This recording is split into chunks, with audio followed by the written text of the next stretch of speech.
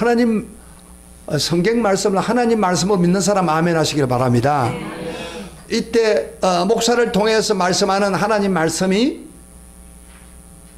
성경 말씀이 설교가 하나님 말씀하는 것을 믿으시기를 축복합니다.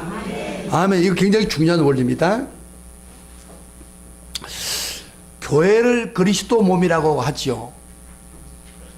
거룩한 하나님의 자녀들이 예수의 몸의 지체가 되어 아름다운 공동체를 이룬 것이 바로 교회입니다. 그런데 교회 안에 이렇게 아름다운 공동체 안에 가끔 원치 않은 심각한 내적 분열이 성도 간에 일어난다는 것입니다.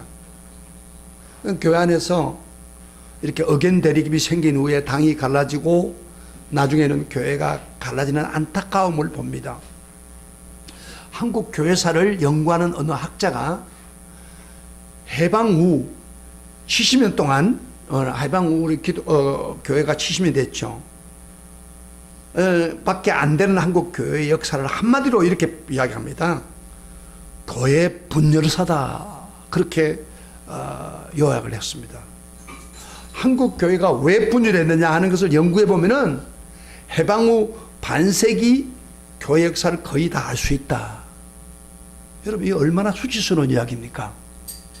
여러분, 한국 교회가 짧은 시간에 많이 부흥된 건 좋아요. 세계적으로 얻는 교회예요. 그러나 또 한편의 약점은 교회가 분열하다는 겁니다. 갈라진다는 거예요. 이거 아주 수치스러운 이야기 아닙니까? 지금 교회들 중에서 보면은 큰 교회들 대부분이 반 이상이 아직 성도끼리 알력과 편당의 낌새를 보이고 교회를 갈라지려고 하는 그런 상황에 있다고 어떤 분이 그런 이야기를 합니다. 왜 우리나라 교회들이 이 모양인지 점차 정말 답답하죠. 하나님은 몸된 교회를 통해서 교회가 부흥되고 전파되어 하늘나라를 이루는 가장 중요한 기관으로 만들었지만은 사탄은 할 수만 있다면 교회를 분열시켜서 주의 나라를 이루는 데 지장을 주는 것이 바로 사탄의 전략입니다. 그래서 한국교회 사탄이 개입해가지고 교회가 분열된 거예요. 물론 거기에 우리가 호응했기 때문이죠. 이 사탄의 전략이 얼마나 강한지 성경에 보면은 기록된 초대교회 성도들, 여러분 초대교회라면 여러분 뜨거운 교회 아닙니까? 에? 생명 놓고 믿는 그 교회 안에서도 여기저기에 분열의 상처를 안고 있는 것을 볼 수 있습니다. 가령 대표적인 교회 고린도 교회입니다. 교회는 신령한 성령이 충만한 교회입니다. 성령의 역사가 일어나서 방언 예언이 넘치는 교회입니다. 그런데 이 상황에도 이 교회가 이상하게 교회에 분쟁이 생겼습니다. 그래서 파가 생기고 나는 바울 파요. 나는 바울을 사모하니까 바울 파요. 나는 아볼로가 성경을 잘 가르치니까 아볼로 파요. 나는 베드로 파요. 나는 예수 파요 하면서 파벌이 형성돼 가지고 교회가 굉장히 힘들었습니다. 여러분 갈라디아 교회도 우리가 잘 아시다시피 신학적 문제 때문에 내분이 생겼죠. 율법을 지키느냐 안 지키느냐, 할 일을 행하느냐 안 하느냐 문제 가지고 서로 물고 뜯고 하는 교회가 된 걸로 볼 수 있죠. 심지어 은혜가 많은 교회라 소문이 난 빌립보 교회, 빌립보 교회도 유디아와 순두계라는 이 똑똑한 여인 두 사람이 서로 반복하는 바람에 분쟁이 생겼습니다. 그래서 유디아 편, 순두계 편, 이 작은 교회인데 이 교회 작은 공동체 안에 영향 있는 두 여자가 반목해가지고 결국에는 교회가 두 갈래로 갈라지는 상황까지 왔을 때 바울이 내가 유디아를 권하고 순두계를 권하노라 그렇게 편지를 쓴 것을 볼 수 있습니다. 바로 사탄이 타켓을 던져서 교회를 분리시키는 것입니다. 여기에 여러분들이 명심해야 돼요. 교회는 어떤 일이 있더라도 분열되고 교회가 서로 싸우면 안 됩니다. 사탄이 그것을 통해서 하나님의 역사를 막아버린다는 거예요. 다시 한번 보세요. 굉장히 중요한 이야기입니다. 한국 교회가 전도도 많이 하고 기도도 많이 합니다. 그런데 때문에 교회가 많이 분열된다는 사실이에요. 이게 얼마나 비극인지 모릅니다. 하나님의 역사를 이룰 수가 없는 거예요. 우리 교회는 작으니까 그게 안 보이죠. 교회가 오래되면 올수록 분쟁이 지고 교회가 문제가 생기고 그래요. 이 세상 사람이 덕이 안 되는 가장 중요한 요소입니다. 요새 한국 교회 큰 교회들 다 보세요. 다 분쟁합니다. 갈라질 직전까지 있는 교회도 있어요. 그러면 바울이 편지한 로마 교회 상황은 어떻나? 로마 교회도 문제가 내재하고 있습니다. 서로 화합하지 못하는 두 부류가 교회 안에 있었고, 바울이 이 두 부류 사이에 분쟁이 생겨서 골이 점점 깊어지고 있다는 소문을 들어서 알고 있습니다. 그래서 이 문제를 어떻게 은혜롭게 다루기 위해서는 바울이 로마서 14장과 15장에서 계속 할애하고 있는 내용입니다. 그 분쟁에서 극복해라. 은혜스럽게 하나가 되라. 그러면은 로마 교회가 왜 한몫하지 못한 이유가 구체적으로 무엇입니까? 그 당시에 로마 교회에 들어왔던 성도들의 배경을 보면 충분히 이해가 됩니다. 당시에 유대 신자와 이방 신자들이 함께 모여서 교회가 대부분 이루어졌습니다. 로마 교회도 마찬가지입니다. 유대교에 몸담고 있다가 바울의 전도를 받고 신자가 된 유대인과 유대인 배경이 전혀 없는 이방인이 전도를 받고 예수를 믿게 되어가지고 그 교회에 뒤섞여 있습니다. 근데 너무 상이한 두 그룹이 한 교회에 있어서 신앙생활 하다 굉장히 충돌이 납니다. 유대인 신자와 이방인 신자는 겉보기는 별 차이가 없는 것 같이 보이지만 내면으로 보면은 얼마나 차이가 있는데 흰색과 검은색이 다른 것처럼 서로 다릅니다. 유대인들은 전통적으로 어렸을 때부터 율법을 엄하게 지키고 성장합니다. 그래서 예수 믿는 다음에도 율법을 고수하는 옛날 버릇이 버리지 못하고 가지고 있습니다. 예를 든다면은 오늘 저 책에 나온 말씀이지만은 음식 문제를 가려먹는 습관이 있습니다. 그런 정한 음식, 부정한 음식을 나눠 가지고 여러분 레이기에 있는 그 말대로 가려먹습니다. 예수 믿고 난 후에도 종교적 관습을 쉽사리 버리지 못하고 지나칠 정도로 그렇게 음식을 나누었습니다. 그래서 지나칠 정도 고기를 많이 먹는 것은 죄다 그렇게 생각했어요. 경건하게 살려면 채식을 해야 된다. 어떤 면에서 오늘 건강에 비하면 좋은 이야기예요. 고기 맞는 거 많이 먹는 것보다 채식만 하는 게 좋은 거예요. 구약성경에는 그렇게 이야기하고 있어요. 그러니까 채식을 먹어야 된다, 옳다, 고기 먹으면 죄다, 이런 식으로 고기 먹는 자를 노골적으로 비난합니다. 그럼 예수님 제자 베드로도 좀 이런 경향이 있었죠. 옛 습관을 그대로 가지는 경향이 있어. 음식이니까. 그 기도할 때 하늘에서 보자기, 큰 보자기 위에 안에 뭐가 있었어요? 네발 짐승, 날 짐승들이 이렇게 그 속에 쌓여가지고 내려옵니다. 그러면서 한 대 소리가 들기를 뭐래요? 베드로야, 잡아먹어라. 이것은 이방인들에게 복음을 전하는 뜻이에요. 그런데 베드로가 그걸 보고 반응한 게 뭐예요? 주여, 나는 그렇게 할 수 없습니다. 속되고 깨끗이 못한 것을 내가 먹지 아니하였나이다. 그러니까 베드로도 그 먹는 문제에 대해서는 예수님 제자인 베드로 복음을 전하는 앞장서 사람도 먹는 문제는 유대인으로 태어났기 때문에 그거를 습관을 바꾸지 않았다는 것이에요. 이와 같이 로마 교회 안에 있는 유대인들은 대부분이 율법에 매여서 종살이를 하고 있습니다. 그들이 음식만 가려 먹는 게 아니라 그들이 절기를 지키는 문제에 있어서도 율법에 매여 있습니다. 그래서 오늘 본문에도 나와요. 그들은 안식일이나 유월절을 지키지 않으면 막 불안해가지고 안절부절 못한 유대인 신자가 많습니다. 그러나 반대로 로마 교회 안에 있는 이방 신자들은 완전히 반대되는 행동을 했습니다. 예수 믿는 사람은 자유인이다. 음식을 먹느냐 안 먹느냐가 구속당할 이유가 없다. 안식일은 유대인 너희 지키라. 우리는 어떤 날에도 매이지 않는다. 오직 예수 믿음으로 천국 가는데 왜 안식일에 매여 있어야 하느냐. 그 당시에 그 구약까지는 안식일을 지켰지만은 그 이후에는 주일, 안식 후 첫날에 교인들이 주로 모였습니다. 근데 유대인들은 끝까지 안식을 지켰습니다. 그러다 보니까 유대인들과 이방인들의 반목하는 관계가 될 수밖에 없습니다. 이방 신자들은 유대인 신자를 멸시하면서 비판하기를 믿음이 좋은 줄 알았더니 율법 매여 사는구만, 이렇게 비판하고, 유대인 신자들도 이방 신자들을 보면서 저것들이 저래도 경건하다고 하면서 입만 살아있구나 하고 서로 물고 뜯고 비판을 했습니다. 오늘 본문에 거의 나와요. 1절부터 한 3절 같이 읽어봅시다. 오늘 나와요, 배우에. 제가 많은 이야기를 하지 않았는데 이렇게 벌써 설교에 빠져 들어와야 되는데 벌써 다른 데 가는 사람이 있어요. 자, 우리 1절부터 3절까지 시작. 믿음이 연약한 자를 너희가 받되 그의 의견을 비판하지 말라. 어떤 사람 모든 것을 먹을 만한 믿음이 있고 믿음이 연약한 자는 채소만 먹느니라.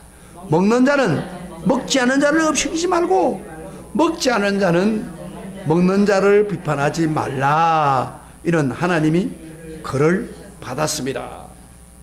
바울은요, 지금 이 로마 교회 대상자들을 보고 재밌는 별명을 한 가지 붙이는데, 두 부류 사람들 보고 뭐라고 합니까? 하나는 믿음이 약한 자다, 그렇게 이야기하고, 또 하나는 뭐예요? 믿음이 강한 자다, 그렇게 말합니다. 바울은 옳느냐 그러냐 그렇게 말하지 않았어요. 그 다툴 때 옳으냐 저냐 말하지 않고, 다투는 문제는 죄냐 아니냐 그런 문제가 아니에요. 믿음이 좋은가 믿음이 약한에 따라서 문제를 본 겁니다. 성경을 볼 때 그걸 다투는 문제들은 본질적인 게 아니죠. 성경 말씀에 근거된 게 아니니까. 이게 부수적인 것 때문에 그들이 서로 비난을 하고 있다는 거예요. 여러분은 성경 잘 아다시피 한번 봅시다. 하나님이 하라고 명령한 것을 하지 않으면 죄가 되는 거 분명하죠. 그런데 하나님 말씀 하지 말라, 또 하라 하는 것을 어기는 게 죄입니다. 그런데 음식이나 절기는 문제는 구약에는 그대로 지키는데 예수님이 오기 전에는 그대로 지켰는데 그 하나의 그림자처럼, 예수님이 오기 전 그림자처럼 허락이 된 규례입니다. 그러나 예수님이 오시고 너네 믿음으로 구원받는 새로운 길이 열리는 지금은 붙들고 있을 필요가 없는 낡은 관습에 지나지 않습니다. 자세요. 조금 이런 이야기 하면 좀 복잡하게 머리가 돌아갑니다. 구약을 읽어보면 그 이해가 될 거예요. 예수 때문에 구원받는 하나님의 자녀라면 그림자 같은 구약 제도에 벗어나 자유할 수 있어야 하는데, 그걸 알면서도 그렇게 하지 못하는 사람들 보고 일컬어 믿음이 약한 자다, 그렇게 말합니다.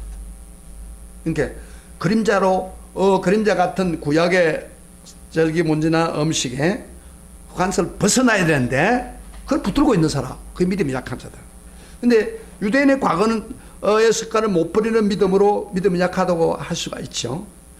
예수님이 자기들에게 준 참 자유를 또 누리지 못하고 불안해서 잘 누리지 못한 성도, 그게 믿음이 약한 사람이에요.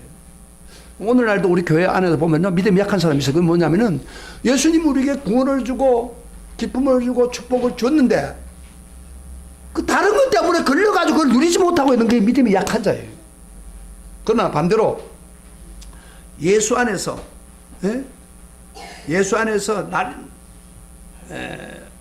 날이나 음식이라는 구애받지 않는 자유함을 가지고 신앙생활을 즐기는 분명한 믿음이 강한 자라는 겁니다. 아무리 오랜 전통이라도 과감히 벗어던지고 오직 예수님만을 믿는 자들이 분명히 믿음이 강한 사람. 고기를 먹었다고 해서 가책받는 것도 않고 안식을 지키지 않음으로 해서 불안하지도 않고 자유스럽게 신앙생활하며 사는 그들 믿음이 강한 사람입니다. 이처럼 믿음이 강한 사람은요, 성경에 확실한 근거를 두고 있습니다. 로마서 3장 28절에 우리가 강의했지만은 이렇게 말하죠. 그러므로 사람이 어렵다 하심을 얻는 것은 율법의 행위에 있지 않고 믿음으로 되는 줄 우리가 인정한다. 어렵게 되는 건 어떻게 되나고요? 율법으로 어렵게 되는 게 아니라고 했죠. 네. 행위로 된 게 아니고 믿음으로 된다. 믿음으로 어렵게 됐다. 그런 걸 근거를 붙잡고 있는 사람이에요. 이 사람 믿음 강한 사람이에요. 그리고 갈라디아 5장 1절에 보면 바울이 이런 말 하죠. 이 말씀을 맹심하고 사는 사람입니다. 그리스도께서 우리를 자유케 하려고 자유를 주셨으니 그러므로 굳건하게 서서 다시는 종의 멍에를 매지 말라. 바울이 그렇게 말했단 말이에요. 그래서 믿음이 좋은 사람은요, 하나님 자유를 줬는데 이 자유를 다른 데 매이지 않는 거예요. 굳건히 서서 자유를 누리고 사는 사람. 이게 올바른 성도죠. 성경적인 원하는 믿는 사람의 성도들. 그래서 믿음이 좋은 사람은 이 말씀의 지침을 붙들고 어느 것에 매이지 않고 자유를 누리고 있는 사람. 그건 믿음이 강한 사람이라고 합니다. 그래서 여기 이 교회는요, 잘못했느냐 빚질느냐 그게 아니고 믿음이 약한 자와 믿음이 강한 사람, 약한 자들이 서로가 비판하고 문제의 갈등을 일으키는 요인이 되는 겁니다. 그래서 바울이 안타깝게 얘기하는 거예요. 뭐 진리고 비진리고 뭐 그래가지고 싸우면은 이해가 됐죠. 그건 아니에요. 부수적인 이야기예요. 그래서 이 교회가 싸우고 있는 거예요. 지금 한국 교회도 대부분이 싸우고 분쟁을 일으킨 교회가 진리냐 비진리 때문에 그런 게 아니에요. 진리와 비진은 이단 관계는 우리가 그렇게 할 수 있지. 그렇죠. 그러나 대부분의 한국 교회가 진리냐 비진리냐 개인의 차이로 다투는 논쟁이 아니고 부수적인 것, 이런 것 때문에 다투는 거예요. 자기 개념에 안 맞기 때문에 다투는 거예요.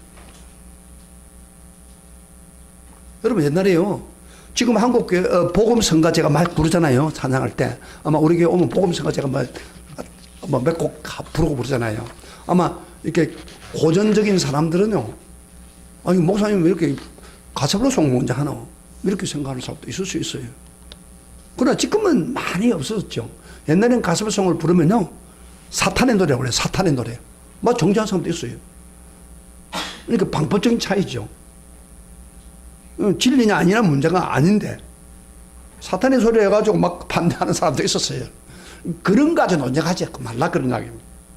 실제로 한국교회에 일어난 사실인데 정말 우습지도 않은 일이 있습니다. 어떤 교회가 교인들이 열심히 헌금을 해가지고 교회당을 아름답게 신축을 했습니다. 그런데 실제 이런 이야기예요. 그런데 이제 교회를 입당을 하기 전에 분열이 났어요. 입당하기 전에 분열이 났어요. 조금 날라졌어요. 근데 그 이유가 뭐냐면은 강대상 카페트 색깔을 어떻게 하느냐. 어떤 사람은 빨갛게 해야 된다. 어떤 사람은 파랗게 해야 된다. 이런 식으로 해서 싸우다가 교회가 두 쪽으로 갈라진 교회가 있어요. 그러니까 본질적인 문제가 아니에요. 부수적인 일 때문에 교회가 갈라진 거예요. 이 교회도 지금 로마 교회도 마찬가지예요. 진리나 비진리가 아니라 바울도 이야기하잖아. 믿음이 적은 자와 믿음이 많은 자의 속에 음식이나 날짜 그 부분에 때문에 서로 비판을 한다는 거예요. 그래서 바울은 이런 것들을 어떻게 다뤄야 하는가. 사실요, 참 웃기는 이야기죠.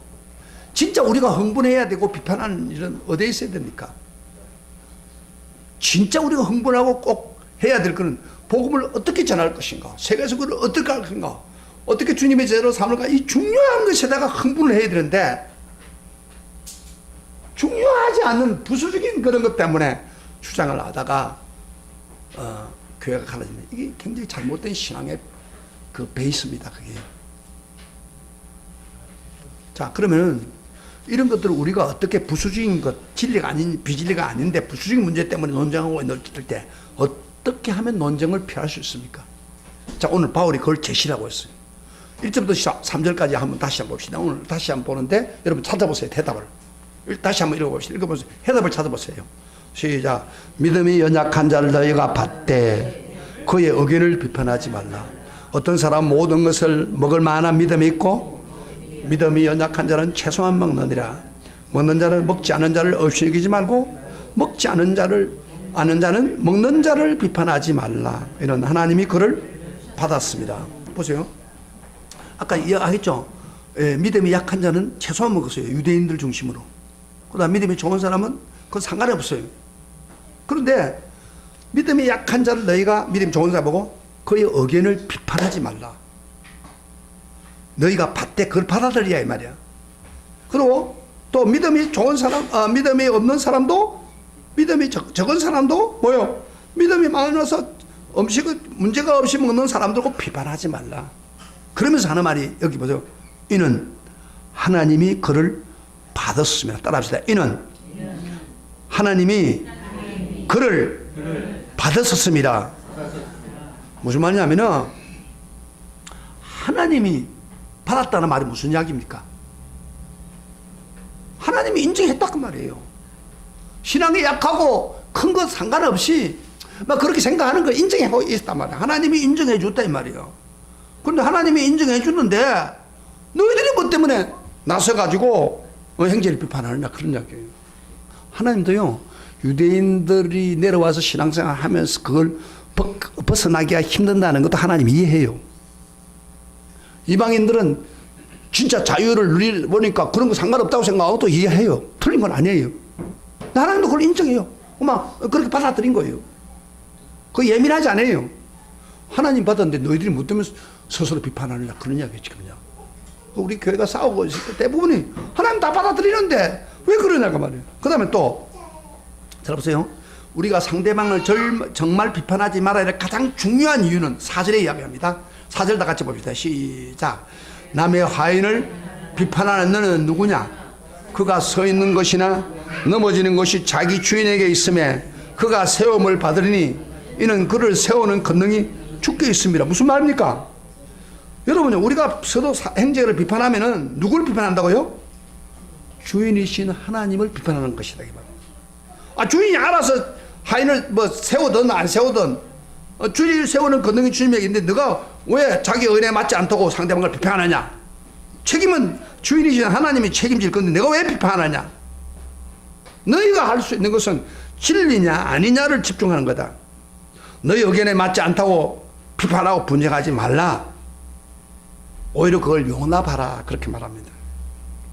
하나님이 주인인데 그 하인이 잘못했다고 하나님 책임지지 왜 내가 책임지느냐 그런 이야기. 굉장히 하나님 마음이 굉장히 넓죠. 자 보세요. 하나님 얼마나 마음이 넓어요. 그런 것 때문에 막 하나님 인상 안 씁니다. 근데 사람은 너무 좁아요.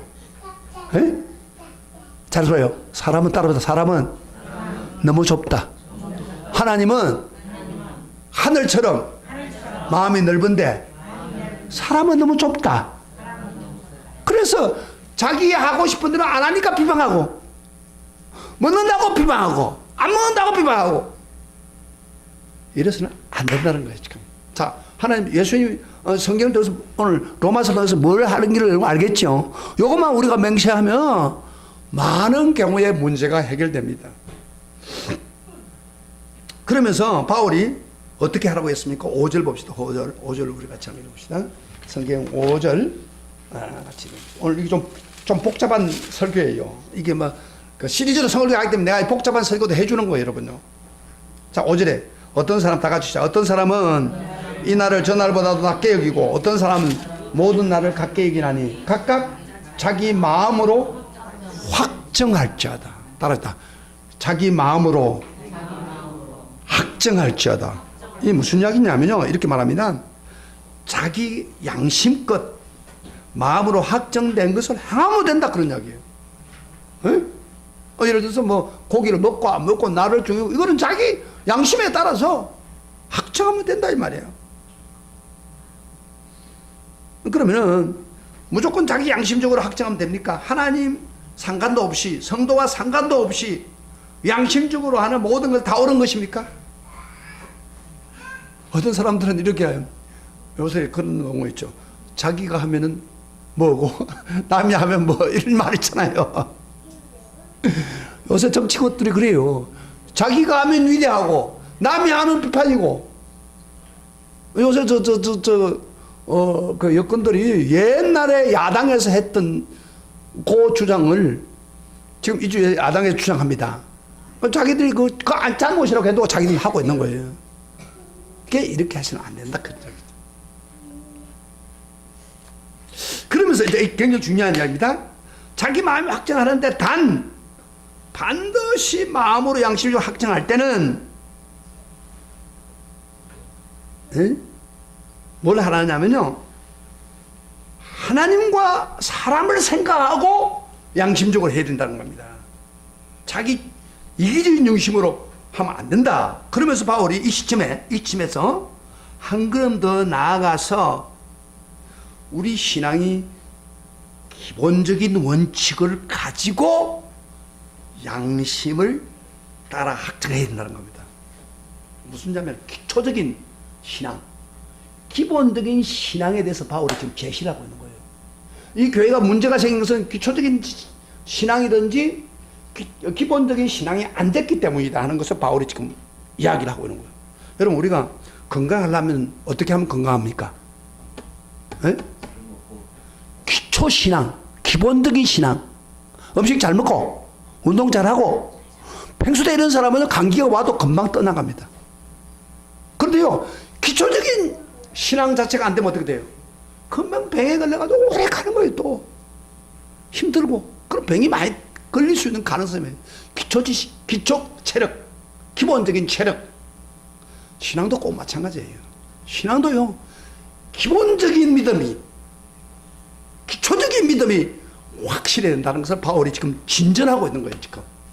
자, 한번 봅시다. 우리가 5절부터 봤어요. 자, 그러면 신앙의 기본적인 원칙이 뭔가를 지금 바울이 나갑니다.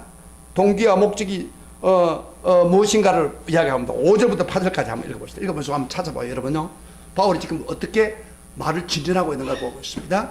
서로 비판하지 말라고 하면서 아주 아이디어를 하나 줍니다. 5절부터 8절 시작. 자, 다 같이 시작. 어떤 사람은 이 날을 전화보다 낮게 여기고 어떤 사람은 모든 날을 갖게 여기나니 각각 자기 마음으로 확정할지라. 그렇게 했죠. 그 다음에 나를 중요 여기는 자도 뭐요? 주를 위해 중요 여기고 먹는 자고 주를 위하여 먹으니 이는 하나님께 감사함이요 먹지 않은 자도 주를 위해서 먹지 아니하며 하나님께 감사하리로다. 우리 중에 누구든지 자기를 위해서 사는 자가 없고 자기를 위해 죽는 자도 없도다.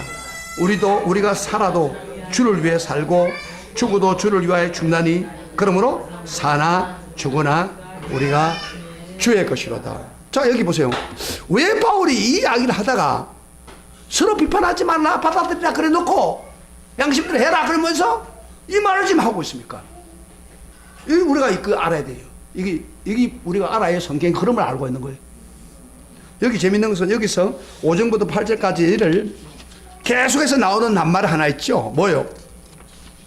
뭐가 나와요? 계속 5번이 나오는 게 있어요. 주를 위하여, 주를 따르다, 주를 위하여. 요 계속 주를 나오는 각각 나를 위해 주를 위해 나를 중요한 것도 주를 위하고 먹는 자도 주를 위하고 뭐요? 먹지 않은 자도 주를 위하고 그다음에 우리 중에 누구든 자기로 살아졌고 그리고 살아도 주를 위해 살고 죽어도 주를 위해 죽다. 5번이나 주를 위해서 한다는 말이 나와요. 주를 위해 산다는 말은 다시 다른 말로 하면 주를 기쁘시게 하기 위해서 그 말이에요. 이게 한마디로 말하면 하나님 자녀가 기본적으로 가지고 있는 신앙에 대해서 이야기를 하고 있는 거예요. 하나님의 자녀는 기본적으로 무엇을 하는지 그 동기가 누구를 위해서 해야 된다고요? 주를 위해서. 주를 기쁘시게 하는 것입니다. 이게 궁극적 목적이고 주님을 기쁘시게 하는 목적이 되는 거예요. 그러니까 각각 선한 양심에 따라 해 좋다 이 말이야. 그러나 하나의 조건이 뭐예요? 주를 위해서 해야 된다 그 말이에요. 양심이 가치가 없이 제대로 하려고 하면 주를 위한 동기가 된다. 그러나 자기 중심적인 것은 됩니까 안 됩니까? 안 된다는 거예요. 지금 이야기. 조건을 붙이는 거예요. 우리가 기본적인 것은 무슨 이야기냐면은 주를 위해서 사는 거예요. 우리 예수 믿는 사람들은 여러분 왜 로마 교회가 서로 분쟁하고 싸우고 비판합니까? 그 중심에 깊이 들어가면 뭐예요? 내하고 안 맞으니까 이기주의입니다. 내하고 안 맞으니까 비판하고 전통적으로 내려왔는데 그 사람 안 하니까 비판하고 그럼 다른 사람 자유를 누리고 있는데 성경대로 살고 있는데도 그러고 그러니까 자기에게 안 맞다는 거예요. 그래서 자기 의지나 전통에 맞지 않으니까 비판하는 거예요. 그런데 여기서 분명한 내용은 뭐요? 주를 위해 사는 마음이 있다. 이게 신앙의 가장 기본적인 이야기입니다. 7절 8절 보면요, 보세요. 우리 중 한번 7절 8절 다시 읽어보세요. 시작. 우리 중에 누구든지 자기를 위해 사는 자가 없고 자기를 위해 죽는 자도 없도다. 우리가 살아도 주를 위해 살고 죽어도 주를 위하여 죽나니 그러므로 사나 죽으나 우리가 주의 것이로다. 이 성경 구절요, 진짜 중요한 성경 구절입니다. 가장 기본적인 우리 기독교인이 되면은 이 신앙을 가지고 살아야 정상입니다. 기초입니다. 합다시 보다. 우리 중에 누구든지 뭐요? 자기를 위해 사는 자가 없고, 그래요? 자기를 위해 죽는 자도 없도다. 우리는 살아도 주를 위해 살고 죽어도 주를 위해 죽나니 그러므로 사나 죽으나 우리가 주의 것이로다. 그렇게 살아요? 이게 기본이 안 되니까, 이게 안 되니까 한국 교회가 문제가 생기는 거예요. 이게 안 되니까 우리가 죽으나 사나 주를 위해서 죽고 죽어도 살아도 주를 위해서 죽는다, 이런 어떤 기본이 되어 있으면요 많은 분쟁이 없어집니다. 그런데 그게 아니에요. 자기 중심이에요. 예수 믿는다고 하면서. 그래서 우리라는 말을 썼을 때는요, 이 믿는 사람은 당연히 그렇게 해야 된다. 특별히 이렇게 죽고 사는 문제는 뭐예요? 아주 인생의 가장 중요한 문제 아닙니까? 진짜 믿는 사람은 최대 관심은 생사 문제가 있어도 나를 위해서가 아니고 오직 주를 위해서 죽고 죽어도 주를 위해서고 살아도 주를 준다는 겁니다. 이것이 가장 기초적이고 기본적인 신앙입니다. 근데 이게 안 돼 있으면요 언제든지 문제를 일으킵니다. 주를 위해서. 여러분 삶이 주를 위해서 삽니까? 주가 여러분의 인생의 목적입니까? 에? 왜 대답이 이야기하면 대답이 없어요. 주가 여러분의 인생 목적입니까? 네. 주를 위해 살고 있습니까? 네. 주를 위해 믿고 있습니까? 네. 대답 안 한 사람들은 벌써 아주 이상한 사람들이에요. 이게. 이런 교인들이 있으면요 언제든지 분쟁이 생겨가지고 내 생각에 안 맞다 해가지고 정죄할 수 있습니다. 이 기본은 바울은 참 이 설교를 해 나가면서요 그 문제의 기본은 바로 가장 기초적인 신앙에 문제가 있다는 거예요. 그걸 지적하고 있는 거죠 지금요. 여러분요 우리가 예수를 믿죠. 그 다음에 9절 또 한번 봅시다. 9절 가서 자 그렇게 이야기하면서 9절에 이렇게 말합니다. 왜 이렇게 돼야 되느냐, 왜 이렇게 살아야 기초냐고 가르칩니다. 9절 시작. 이를 위하여 그리스도께 죽었다가 다시 살아났으니 곧 죽은 자와 산 자의 주가 되려 하심이라. 예수님이 십자가에 우리를 위해 죽었다고 믿죠? 믿죠? 그래서 예수님이 우리를 위해서 대신 십자가 또 살아났다고 믿죠? 믿으시면 아멘 하시길 바랍니다. 그런데요 여기서 지금 이야기하는 것은 예수님이 죽었다가 다시 살아났어 가지고 뭐 하기를 원했냐면 죽은 자와 산 자의 주가 되려 하심이라. 동그라미 쳐. 주가 되려. 우리가 단지 예수님 나를 위해 죽었다, 예수님 나를 위해서 부활했다, 그게 아니라 그렇게 믿는 것은 바로 예수님을 주인으로 모시는 것입니다. 주인으로 믿는 것입니다. 예수님을 주인으로 모시면 어떻게 됩니까? 나는 주님의 것입니다. 그렇게 되는 거예요. 예수님이 우리 주인이라고 하는 것은 내 멋대로 하는 게 아니고 예수님이 우리의 왕이시고 주인이시고 다스린다면은 나는 주님의 소유입니다. 옛날에 노예와 주인이 있었잖아요. 노예는 주인의 소유입니다. 노예 자기 의사가 없습니다. 죽여도 죽이면 할 말이 없습니다. 노예가. 그게 원리예요. 그래서 우리가 예수를 믿으면 그저 예수 믿고 구원받고 천국 받고 할렐루야 그러면서 예수님이 내 주인이 아니야, 내가 주님에 속해지 있지 않아, 그러니까 문제가 생기는 거예요. 사실은 지금 그 이야기를 하고 있는 거예요.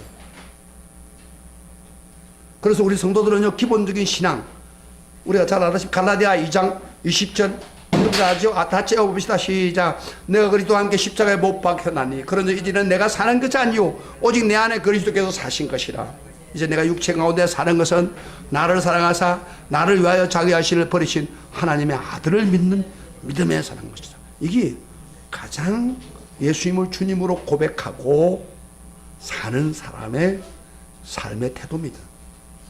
예수 믿는다는 것은 예수님이 내 속에 계시고 나는 없다 그 말이에요. 먹든지 마시든지 나를 지키든 안 지키든 다 주님을 위해서 기본적인 순수한 그런 기본을 가지고 그리고 양심적으로 할 때에 바로 그것이 하나님의 영광을 돌립니다.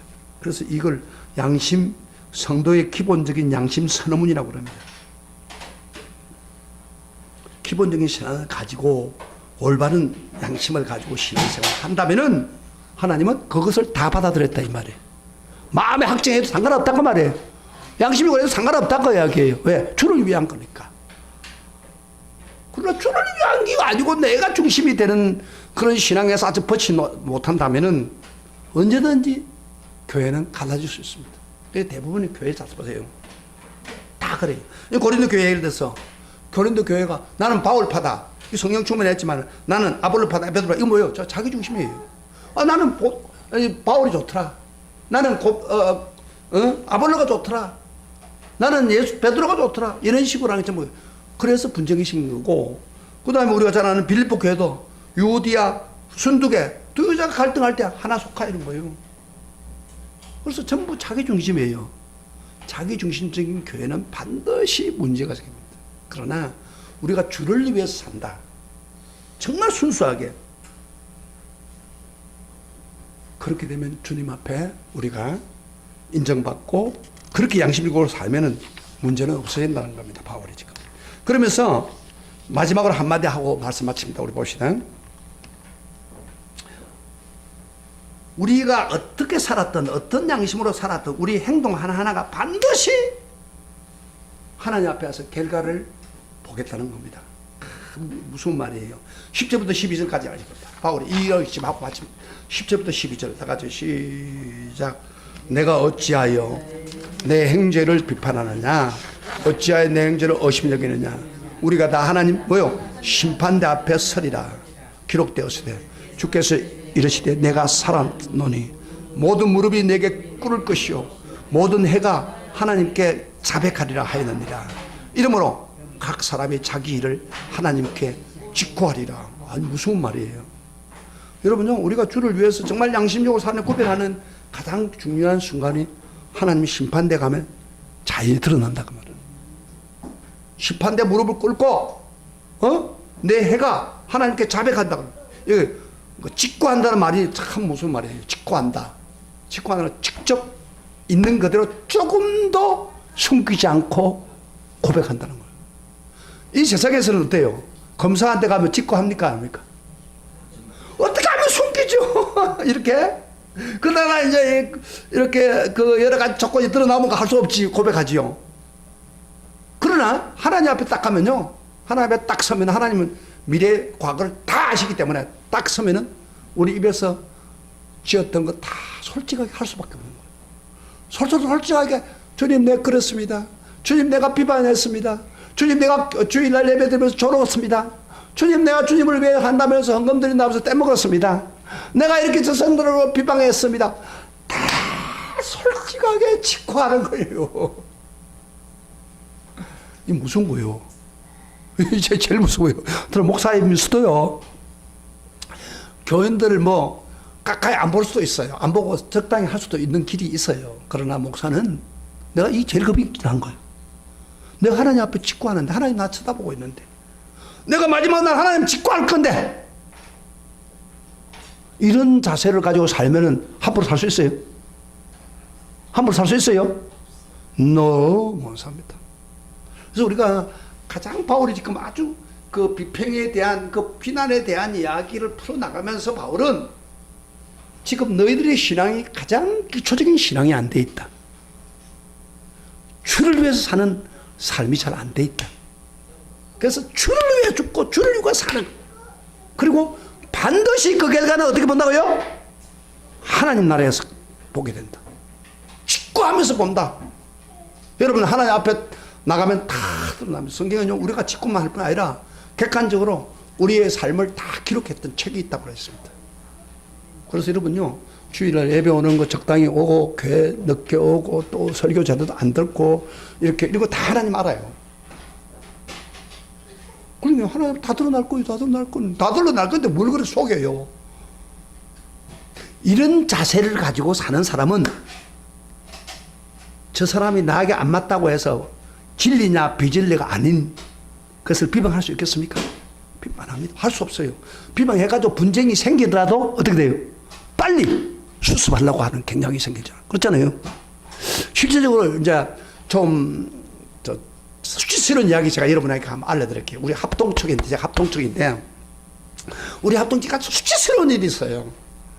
뭐냐면은, 우리 한국 교회 그 합동측이 굉장히 교단이 제일 큰데도 불구하고, 제가 신학을 공부할 때에 신학교에서 주류, 비주류가 있었어요. 우리 지금 한국처럼 말이죠. 한국처럼 뭐 비주류, 주류 있잖아요. 아니, 신학교 안에서도 그게 많았어요. 그래가지고 막 비주류는 전라도 중심으로 해서 정규호 목사 중심으로. 그 다음에 또 이렇게 주류에는 또 막 하여튼 목사님이 있어요. 유명한 목사. 그 목사님 중심으로 해가지고 막 정치를 하는 거예요. 그러니까 내가 신학을 다닐 때는 좀 팽팽했어요. 그런데 이쪽에서 강하게 나오는 주류가 비주류에서 안 되겠다 생각된 거예요. 그래가지고 자르자야 됐던 거예요. 그러다가 주류와 비주류가 갈라서 붙었어요. 제가 신학을 졸업하고 난 후에 갈라섰는데 문제는 갈라서면서 비주류에 있는 교회가 나가면서 또 비주류가 있다가 또 그들이 갈라지는 거예요. 진리 보수 이래가지고 또 갈라진 사람들 또 갈라 좀 창피스러운 이야기예요, 우리 장로. 그래서 한국 교회가 지금 장로교가 얼마 정도 되냐면 한 100몇 개가 있어요. 전부 합동측에서 대부분 그랬어요. 통합측은 그렇게 안 했어요. 이게 아주 창피스럽고 부끄러운 거예요. 이 교단이라는 자체가. 그 전부가 뭐야, 아까? 자기 중심적으로 한 거예요, 자기는. 그렇죠. 자기 안 맞으니까. 자기가 교장 되겠다고 해가지고 갔다가 신학생들도요, 정규적인 신학을 공부 안 시키고, 예를 들어 목사인 내가 어떤 신학교를 딱 세우면은, 신학교 먼저 가고 싶었는데 기염 떨어지고 뭐 그러니까 저 힘들게 그 사람들 보고 공부 좀 시켜서 한 1, 2년 공부시켜서 안수시키고. 그래서 요새 목사들이요, 이 가짜 목사, 이 제대로 안 된 목사가 처음 나와요. 그래서 한국 교회가 어지러워지는 거예요, 지금. 이게 참 기가 막힌 거예요, 지금. 이게 창피스러운 거예요. 이 대부분이 뭐요? 주를 위해서가 아니라 바로 인간적으로 한 거예요. 목사뿐 아니라 우리 성도들도 말 걸어서 꽃 같아요. 같았어요. 그런데 그 정규호 목사라는 사람이 전라도 비주류의 핵심 멤버가 이제 나이가 많아지고 죽을 때 가까우니까 하나님 앞에 가는 게 겁이 나는 거예요. 자기가 갈랐거든요. 하나님 앞에 심판만 돌려. 이 말씀 보면서 안 되겠다. 그래서 교회가 갈라져 몇십 년 있다가 그분이 자기가 내가 죽기 전에 이 문제를 해결하겠다. 내가 갈랐으니까. 그래서 말씀을 통해서 깨닫고 하나가 되기 위해서 노력하다가 결국에는 비주류와 주류가 합해졌습니다. 그 전라도 취미에 있는 분들이 합동측에 다시 온 거예요. 나는 뭐 갈라진 것도 나쁘지만은 대단하다고 생각해요. 정규모. 왜? 하나님 앞에 가서 자백해야 되니까.